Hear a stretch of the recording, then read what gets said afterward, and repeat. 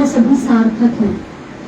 हमारे यहाँ एक विडंबना है, जैसे बुलबुल को जकड़ दिया जाए, वही आज के बालकों की दुर्दशा हो रही है कि कत्ल करके मुझको मिस्की दिलों ने ये कहा कि कत्ल करके मुझको मिस्की दिलों ने ये कहा कि कत्ल हो जाना है लेकिन तड़फड़ाना मना है, कि इस चमन में बुलबुलों का चहचहाना मना है। हाँ, इस चमन में बुलबुलों का चहचहाना मना है।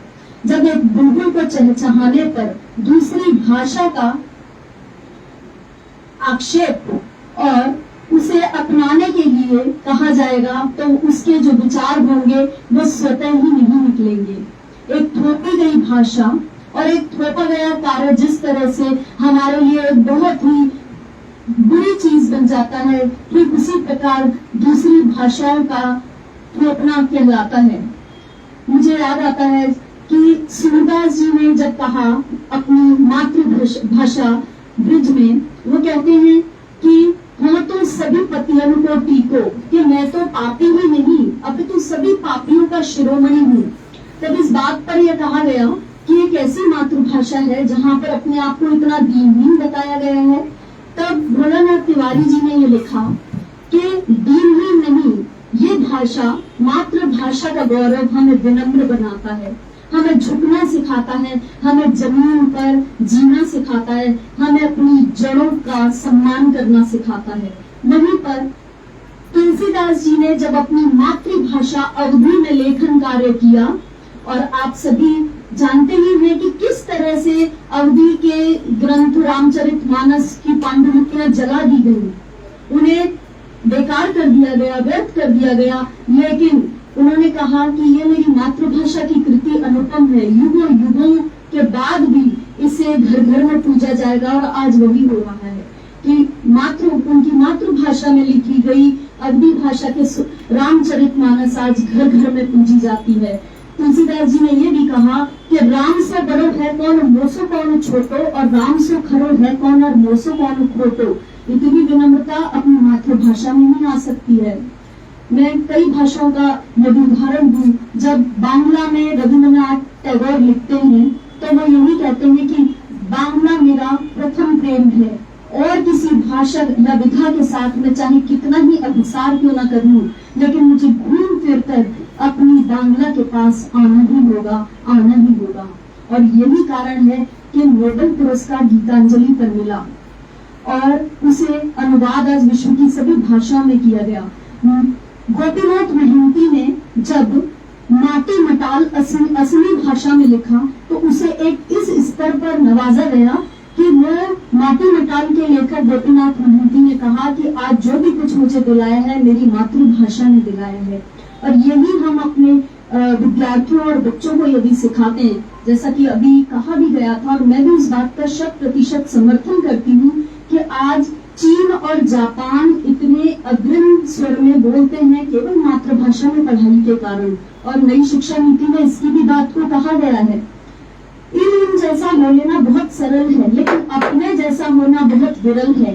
कांधे चाहे गैर के हों, पर अर्थी पर अपनी सो लेना कहाँ सरल है, कहाँ सरल है। और मैं भी अपनी मातृभाषा के बारे में यही कहना चाहूंगी कि हिंदी मुझे रोजगार दिलाती है, मैं आज हिंदी की खाती हूँ, मैं आज हिंदी के गुण गाती हूँ। और यह भी कहना चाहूंगी कि हिंदी तो पावन गंगा है, सदियों से बहती आई है, तमिल तेलुगु गुजराती मलयालम में रहती आई है। ये प्रेमचंद की बस्ती है, ये प्रसाद काव्य की मस्ती है, ये पंत निराला बच्चन की, ये महादेव की हस्ती है। हम गीत लिखे तो हिंदी में, हम गान लिखे तो हिंदी में। यहाँ मैं अपनी मातृभाषा की बात कर रही हूँ, मैं सभी मातृभाषा का सम्मान करती हूँ। और अहिंदी सरीखा शब्द नहीं, गुणगान लिखूं तो हिंदी में, गुणगान लिखूं तो हिंदी में। धन्यवाद।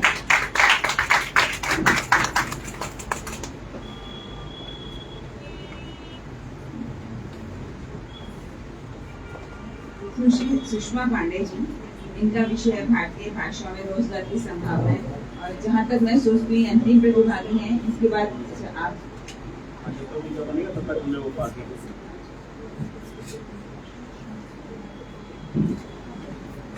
आदरणीय मंच को प्रणाम।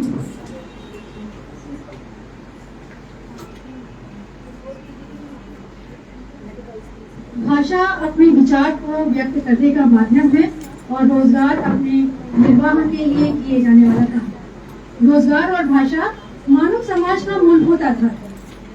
जो भाषा हमें रोजगार देती है उसे कामकाज की भाषा माना जाता है, अन्यथा वही भाषा बोली बनकर रह जाती है। शिक्षा प्राप्त करने का एक बड़ा कारण रोजगार की संभावनाओं को सरल बनाता है। इसीलिए अधिकतर लोग उस भाषा या विषय को ही पढ़ना चाहते हैं जिससे हमें रोजगार मिलता है या उससे हमारी रुचि होती है। बात हो रही है भारतीय भाषाओं में क्या रोजगार के अवसर हैं? ऐसा नहीं है कि हिंदी या अन्य भाषाओं में रोजगार नहीं है, पर उस गति या मात्रा में नहीं है जितना हम इंग्लिश में देखते हैं, या कहें कि इंग्लिश भाषा का प्रचार ज्यादा हुआ है। एक बात और है, जब तक भाषा को सरकार और प्राइवेट सेक्टर से वह अपनापन नहीं मिलेगा, तब तक भाषा विशेष में रोजगार की समस्याएं दिखती रहेंगी। रोजगार को अगर हम वर्ग के आधार पर विभाजित करें तो पहला वर्ग वो होगा जिसको बेसिक शिक्षा प्राप्त है, यानी वह व्यक्ति जो 10वीं या 12वीं पास है और आंगनवाड़ी, पंचायती राज, आशा वर्कर जैसी जगहों पे काम करता है और उसको वो नौकरी इसीलिए मिली है कि वो एक बेसिक शिक्षा और अपनी भाषा को जानता है। दूसरा वर्ग उच्च शिक्षा प्राप्त यानी अध्ययन करने वाले और प्रशासनिक जैसे उच्च नौकरियों में भी हिंदी या अन्य भारतीय भाषाओं को मुख्य विषय बनाकर पढ़ते हुए हमने लोगों को देखा है। आईटी, एमबीए जैसे क्षेत्र में भी हिंदी में काम हो रहा है और उसका उदाहरण हम सबके हाथ में फोन है। यह फोन केवल इंग्लिश भाषा में ही कार्य नहीं करता, अन्य भारतीय भाषाओं के माध्यम से भी हम इसमें काम कर सकते हैं। तो इस प्रकार के सॉफ्टवेयर को बनाने वालों को जब तक कंप्यूटर, हिंदी या अन्य भाषाओं का अच्छा ज्ञान नहीं होगा, क्या वो ये प्रोग्राम बना पाएंगे?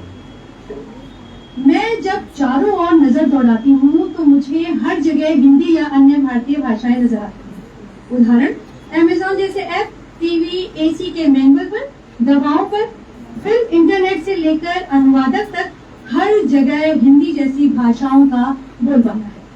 जरूरत है इस काम को पहचान दिलाने की। आज के समय के अनुसार खुद में विशेष योग्यता का होना भी आवश्यक है। केवल एक भाषा का ज्ञान आपको सीमित करता है। हिंदी, मराठी, तेलुगु आदि भाषाओं के साथ अन्य भाषाओं का ज्ञान आपकी काबिलियत को बढ़ाता है। दुभाषी केवल मंत्रियों या अधिकारियों के लिए काम नहीं करते। विज्ञापन एक व्यापक क्षेत्र है और आज भारतीय भाषाओं को भी विज्ञापन की आवश्यकता है ताकि आम लोग ये जाने कि हम हिंदी, बंगाली, गुजराती आदि भाषाओं को पढ़कर भी एक प्रतिष्ठित नौकरी पा सकते हैं।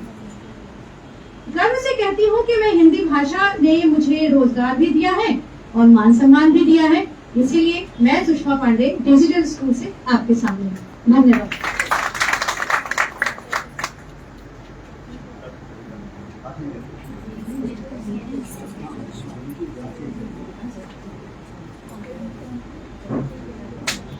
जया टंडन मैडम की कोई गले में दिक्कत है, डॉक्टर ने बोलने से मना किया। डॉक्टर कविता कपूर जी, कविता कपूर जी उनकी लेख का पाठ कर रही हैं, उनकी लेख को पढ़ के आपको सुनाएंगे। जया टंडन मैडम आइए, आप भी आइए।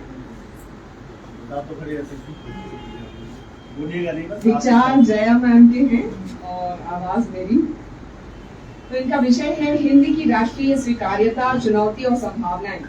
हिंदुस्तानी भाषा अकादमी द्वारा आयोजित यह भाषण प्रतियोगिता राष्ट्रीय स्तर पर हिंदी की दशा और उसके उत्थान हेतु महत्वपूर्ण योगदान देने को अग्रसर है। यह आयोजन एक प्रतियोगिता मात्र न होकर सभी जनों के विचारों का वह ताना बाना प्रस्तुत करेगा, जहां हिंदी को एक भाषा के रूप में राष्ट्रीय स्तर पर स्वीकार्यता के मार्ग में आने वाली चुनौतियों की समझ और उनके निराकरण हेतु किए जा सकने वाले प्रयासों को धरातल मिलेगा। देश की स्वतंत्रता के 75 वर्ष पूरे होने के बाद भी पूरे होने को है, किंतु हमारे संविधानकर्ताओं ने जिस हिंदी को राजभाषा के उच्च सिंहासन पर बैठाया, उस हिंदी की स्थिति आज भी वही है जहां छोड़कर वे गए थे।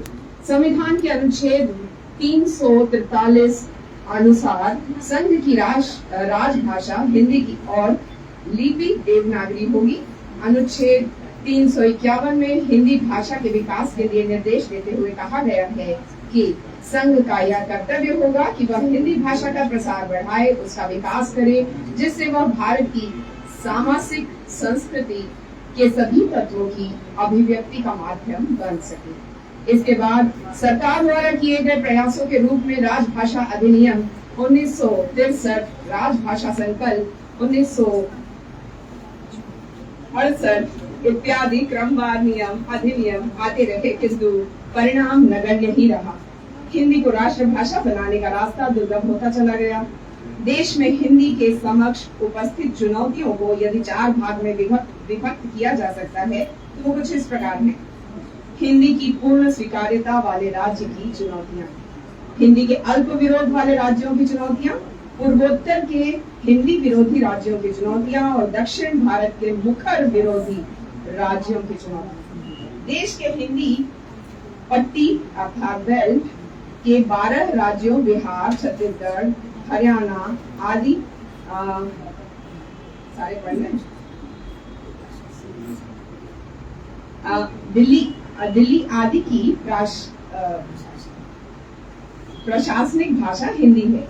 अन्य राज्यों जैसे जम्मू कश्मीर, पंजाब, गुजरात, महाराष्ट्र में हिंदी बोलने समझने वालों की अच्छी जनसंख्या है और विरोध की कोई विशेष स्थिति नहीं है।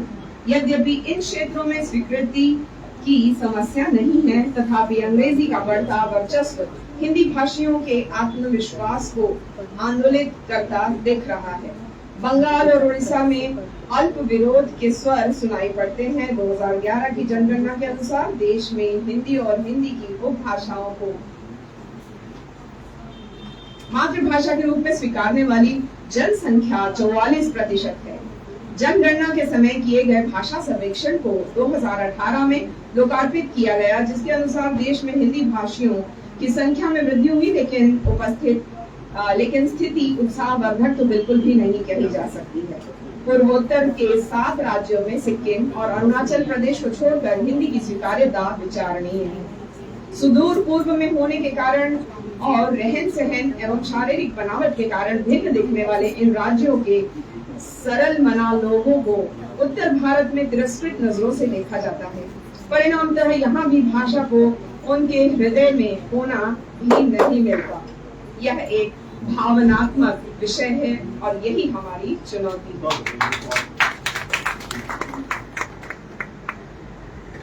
और नाम अभी चल रहा है।